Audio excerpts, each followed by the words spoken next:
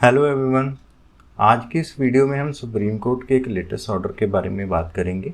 Supreme court का ये latest order article 21 protection of life and liberty जो कि इंडियन कॉन्स्टिट्यूशन में दिया गया उसको लेके है। इसमें सुप्रीम कोर्ट ने सेक्स वर्कर के जो राइट हैं अंडर आर्टिकल 21 उसके मीनिंग को आर्टिकल 21 के मीनिंग को एक्सटेंड करते हुए सेक्स वर्कर को जो राइट हैं उनके जो ह्यूमन डिग्निटी के साथ मानव गरिमा के साथ रहने का काम करने का जो राइट है उसको रिकॉग्नाइज किया है और कुछ गाइडलाइन है वो इशू की हैं। क्रिमिनल अपील नंबर है 135 ऑफ 2010। केस का टाइटल है Buddhadev Kamarkar versus state of West Bengal. Date of order है 19 मई 2022। 3 जजेस बेंच का ये ऑर्डर है। कोर्ट की प्रोसीडिंग अभी इस केस में चल रही है। तो ये इंटायरली जो गाइडलाइन है सुप्रीम कोर्ट की तरफ से दी गई हैं। सुप्रीम कोर्ट का कहना है, जो सुप्रीम कोर्ट कहती है कि आर्टिकल 21 है उसमें सिर्फ प्रोटेक्शन ऑफ लिम्ब के अलावा और भी बहुत सी चीज़ें हैं जिसमें मानव गरिमा के साथ रहने का, खाने पीने का और जो ज़िंदगी की जो बेसिक ज़रूरतें हैं, न्यूट्रिशन है, कपड़ा है, शेल्टर है, वो सारी चीज़ें और सारी एक्टिविटी जो एक मानव को रहने के लिए, एक ह्यूमन को रहने के लिए, ह्यूमन बींग को रहने के लिए नेसेसिटी हैं, वो सारी चीज़ें आर्टिकल 21 में कवर होती हैं। तो इसीलिए ये आर्टिकल 21 में जो ये ज़रूरतें हैं या जो डेफिनेशन है, जो एक्सटेंड है, मीनिंग है, ये सेक्स वर्कर के ऊपर भी और उनके बच्चों के ऊपर भी उसी तरह से ही एप्लीकेबल है। बेसिक प्रोटेक्शन है जो ह्यूमन डिसेंसी की और डिग्निटी की, वो सेक्स वर्कर और उनके बच्चों के ऊपर भी सेम ही तरीके से लागू है। अपने जो उनके धंधे के साथ या पेशे के साथ जो एक सामाजिक कलंक जुड़ा हुआ है, उस वजह से जो सेक्स वर्कर हैं वो समाज के हाशिए पर है। उनको समाज अपने लेवल का नहीं समझता, जिसकी वजह से उनको जो अपने right to live with dignity है, गरिमा के साथ रहने का और अपने बच्चों के लिए मौका प्रदान करने का, अपॉर्चुनिटी प्रोवाइड करने के, वो उनको नहीं मिलते। वो उनसे डिप्राइव हो जाते हैं, उनसे वंचित हो जाते हैं। तो ये सारी चीज़ें हैं every individual in this country, इस कंट्री में रहने वाला हर एक इंडिविजुअल है, उसको राइट टू लाइफ है, डिग्निफाइड लाइफ अंडर आर्टिकल 21 की प्रोटेक्शन का राइट है इंडियन कॉन्स्टिट्यूशन के तहत। सुप्रीम कोर्ट ने बड़ा क्लियर किया। सुप्रीम कोर्ट ने अपने ऑर्डर 19 जुलाई 2011 को एक पैनल कॉन्स्टिट्यूट किया जिसमें उन्होंने रेफरेंस के लिए 3 जो टर्म्स थी वो बनाई। पहली टर्म थी प्रिवेंशन ऑफ ट्रैफिकिंग, मानव की जो ये सेक्स वर्कर की जो स्मगलिंग होती है इनकी प्रिवेंशन के लिए रेफरेंस के लिए जो टर्म्स थी उनको पैनल को दी गई। Rehabilitation of sex worker who wish to leave the sex work, उन वर्कर के लिए क्या सजेशन है, क्या कर सकते हैं जो रिहेबिलिटेशन के लिए जो इस धंधे को, इस काम को छोड़ना चाहते हैं। और थर्ड जो कंडीशन लगाई गई थी कि जो इस काम को कंटिन्यू नहीं करना चाहिए उसके लिए क्या जो अनुकूल हैं, क्या कंडीशन जो उनके लिए अनुकूल हैं, जो इस धंधे को कंटिन्यू करना चाहते हैं उनके लिए क्या कंडीशंस हैं, वो क्या वातावरण है, क्या एनवायरनमेंट उनके लिए जो सेफ है, अनुकूल है। तो ये 3 कंडीशन लगाई गई थी। बट 2012 में सुप्रीम कोर्ट ने जो अपनी थर्ड कंडीशन थी, टर्म थी कंडीशंस कंडक्टिव, अनुकूल जो वातावरण क्रिएट करनी थी, उसको थोड़ा मॉडिफाई किया। To live with worker, sex worker to live with dignity in accordance with the provision of article 21। उसके बाद पैनल ने जो अपनी रिपोर्ट थी वो सबमिट करी गवर्नमेंट को, बट गवर्नमेंट ने अभी तक उसमें कोई लेजिस्लेशन है वो फॉर्म नहीं किया। तो सुप्रीम कोर्ट ने इस ऑर्डर के तहत आर्टिकल 142 के पावर की एक्सरसाइज करते हुए पावर की अपने आर्टिकल 142 के तहत जब तक कोई लेजिस्लेशन गवर्नमेंट ऑफ इंडिया द्वारा, यूनियन ऑफ इंडिया द्वारा नहीं बनाई जाती तो ये गाइडलाइंस इन ऑपरेशन रहेंगी। वो क्या गाइडलाइन है उनको 1 बाय 1 देख लेते हैं। जो सबसे पहली गाइडलाइन है कि एनी सेक्स वर्कर, जो कोई भी सेक्स वर्कर है वो सेक्सुअल असाल्ट का विक्टिम है, उसको वो सारी फैसिलिटी, मेडिकल फैसिलिटी प्रोवाइड कराई जानी चाहिए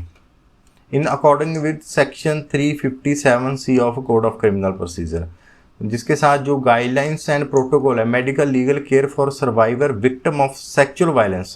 ministry of health and family welfare की 2014 की जो गाइडलाइंस के मुताबिक सेक्शन 357C के तहत, CRPC के तहत जो भी facility, medical facility sexual assault के विक्टिम को प्रोवाइड कराई जानी चाहिए, वो फैसिलिटी जो सेक्स वर्कर है जो कि विक्टिम है सेक्सुअल असाल्ट का, वो सारी फैसिलिटी उसको प्रोवाइड कराई जानी चाहिए। उसके बाद जो सेकंड गाइडलाइन कहती है कि स्टेट गवर्नमेंट में direct to do a survey of all ITPA protective home so that the cases of adult women, state government सारे सर्वे ITPA प्रोटेक्टिव होम में ये सर्वे करे और जो अडल्ट वुमेन हैं जो अपनी विल के अगेंस्ट वहाँ पे डिटेन की गई हैं उनको वो रिव्यू करे, प्रोसेस उनके टाइम बाउंड मैनर में प्रोसेस इम्प्लीमेंट करे और उनको वहाँ से रिलीज़ करवाए। जो थर्ड कंडीशन थी कि it has been notice that the attitude of the police, ये देखा गया है कि जो पुलिस का एटीट्यूड है सेक्स वर्कर की तरफ वो ब्रूटल है और वायलेंट है, जैसे कि उनके उस तरह से पुलिस उनको ट्रीट करती है कि उनके कोई राइट नहीं है। पुलिस और जो अदर लॉ इन्फोर्समेंट एजेंसी है उनको सेंसिटाइज होना चाहिए, जो राइट हैं सेक्स वर्कर के वो सारे राइट जो एक बेसिक ह्यूमन राइट हैं वो एंजॉय करते हैं, जो कि कॉन्स्टिट्यूशन में जो सारे बाकी सिटीज़न को दिए गए हैं वो राइट हैं वो सेक्स वर्कर के पास हैं। पुलिस को उनके साथ गर्मिया के साथ पेश आना चाहिए, उनको गाली गलोच या अब्यूज़ नहीं करना चाहिए, ना तो वर्बली ना फिजिकली करना है। सब्जेक्ट देम टू वायलेंस और coerce them to a sexual activity, police को उनके साथ जो व्यवहार है अपना वो ठीक रखना है। उसके बाद सुप्रीम कोर्ट ने जो फोर्थ डायरेक्शन इशू किया कि जो प्रेस काउंसिल ऑफ इंडिया है वो एप्रोप्रिएट गाइडलाइन मीडिया को इशू करे सो दैट कि वो केयर करें कि जो आइडेंटिटी है सेक्स वर्कर की, कोई रेड होती है, कोई अरेस्ट होती है, कोई रेस्क्यू ऑपरेशन होता है सेक्स वर्कर का, जो विक्टिम है या अक्यूज्ड है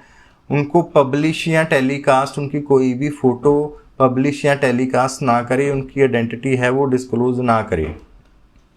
जैसे कि सेक्शन 354C IPC है वो वाइगरिज्म को एक क्रिमिनल ऑफेंस बनाता है, तो उसको स्ट्रिक्टली फॉलो किया जाना चाहिए। इलेक्ट्रॉनिक मीडिया के अगेंस्ट अगर वो उसकी आइडेंटिटी, उनकी फ़ोटो या कुछ से वायलेट करता है in order to prohibit telecasting of photo of sex worker with their client grabbing and capturing the rescue operation, जब सेक्स वर्कर को रेस्क्यू ऑपरेशन में बचाया जाता है या किसी और तरीके से उनके खिलाफ कोई या उनके करता है, तो अगर मीडिया या इलेक्ट्रॉनिक मीडिया उनकी फ़ोटो या आइडेंटिटी जो है वो डिस्क्लोज करता है तो उनके खिलाफ सेक्शन 354C IPC के तहत कार्रवाई होनी चाहिए। सुप्रीम कोर्ट ने ये बड़ा क्लियर कहा है। उसके बाद जो फिफ्थ गाइडलाइन है वो कहती है कि जो मेजर हैं सेक्स वर्कर करते हैं अपनी हेल्थ और सेफ्टी के लिए, जैसे कंडम का यूज़ करना, वो ना तो एज ए ऑफेंस माना जाएगा ना ही कमीशन के लिए ऑफेंस ऑफ कमीशन का कोई एविडेंस माना जाएगा। उसके बाद जो सिक्स्थ कंडीशन कहती है कि सेंट्रल गवर्नमेंट और स्टेट गवर्नमेंट है वो national service legal service authority और state legal service authority, district legal service authority के तहत वर्कशॉप जो है वो कंडक्ट करे, एजुकेशन सेक्स वर्कर को एजुकेट करे, उनके राइट के बारे में, लीगलिटी ऑफ सेक्स वर्क के बारे में, उनकी ऑब्लिगेशन जो है पुलिस की उसके बारे में, और what is permitted and prohibited under law के अंडर क्या वो कर सकते हैं क्या नहीं कर सकते। तो साथ साथ जो लीगल सर्विस अथॉरिटी के थ्रू ये वर्कशॉप के थ्रू सेक्स वर्कर को ये भी इन्फॉर्म करना, उनको एजुकेट करना कि वो जुडिशियल सिस्टम को कैसे एक्सेस करें अपने राइट को एनफोर्समेंट करने के लिए, या जो अननेसेसरी हरासमेंट होती है ट्रैफिकर्स और पुलिस के द्वारा, स्मगलर और पुलिस के द्वारा सेक्स वर्कर की, उसके लिए वो जुडिशियली सिस्टम को कैसे अप्रोच करें। ये सारी जो एजुकेशन है वो national service authority, state legal service authority और डिस्ट्रिक्ट लीगल सर्विस अथॉरिटी पे वर्कशॉप के थ्रू सेक्सुअल वर्कर को जो है वो एजुकेट करना है। इसके अलावा एडिशनल जो गाइडलाइन है कि कंपिटेंट अथॉरिटी है under immoral traffic prevention act 1956 वो इस डायरेक्शन को कंप्लाई करे with the provisions of the act. जो immoral trafficking prevention of act 1956 है उनकी जो प्रोविज़न है उसको वो कंपिटेंट अथॉरिटी उस प्रोविज़न को कंप्लाई करे।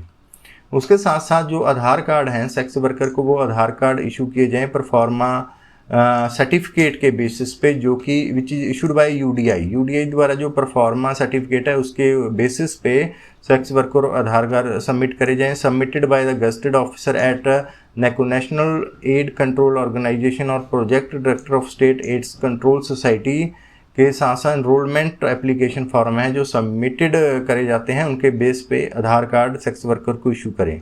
और इस आधार कार्ड को इशू करते हुए कोई भी ब्रीच ऑफ कॉन्फिडेंशियलिटी प्रोसेस में या कोई भी ऐसा कोड आधार कार्ड पे नहीं प्रिंट कर सकते जिसकी वजह से उनकी एज ए सेक्स वर्कर है वो आइडेंटिटी है वो डिस्क्लोज हो। तो ये सुप्रीम कोर्ट की गाइडलाइन थी जो कि सेक्स वर्कर के राइट को रिकॉग्नाइज करती हैं under article 21 of Indian constitution के तहत। होप आप सभी को ये वीडियो अच्छी लगी होगी। वीडियो अच्छी लगी है तो वीडियो को लाइक करें, चैनल को सब्सक्राइब करें। Thank you for